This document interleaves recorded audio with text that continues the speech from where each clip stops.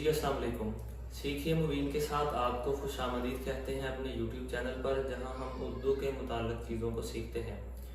آج کی ویڈیو کے اندر ہم تشدید پر بات کریں گے، جسے عام طور پر ہم شد بولتے ہیں۔ تشدید قرآن پاک کے اندر بہت ہی عام ہے۔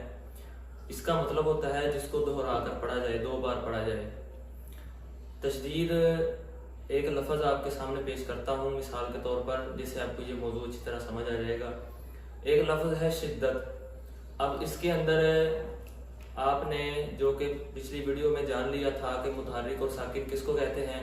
اگر آپ نے وہ ویڈیو نہیں دیکھی تو آپ ان ویڈیوز کو پہلے دیکھ لیں، جس سے آپ کو یہ موضوع اچھا سمجھ آئے گا۔ شدت لفظ کے اندر جو دال ہے یہ تشدید والی ہے، اور جس پر تشدید ہو اسے مشدد کہتے ہیں۔ 2 مرتبہ دال کو پڑھا جائے گا۔ یہ لفظ آپ کو شو ہو رہا ہوگا۔ پہلے دال ساکن تھی، اس کے بعد پھر جو دوسری دال آئی وہ متحرک تھی، اس وجہ سے یہ شدت بن گیا۔ امید ہے آپ نے اس ویڈیو سے کچھ نیا سیکھا ہوگا۔ اللہ تعالیٰ آپ کا حامی و ناصر ہو۔ اپنا بہت خیال رکھیں۔ اللہ حافظ۔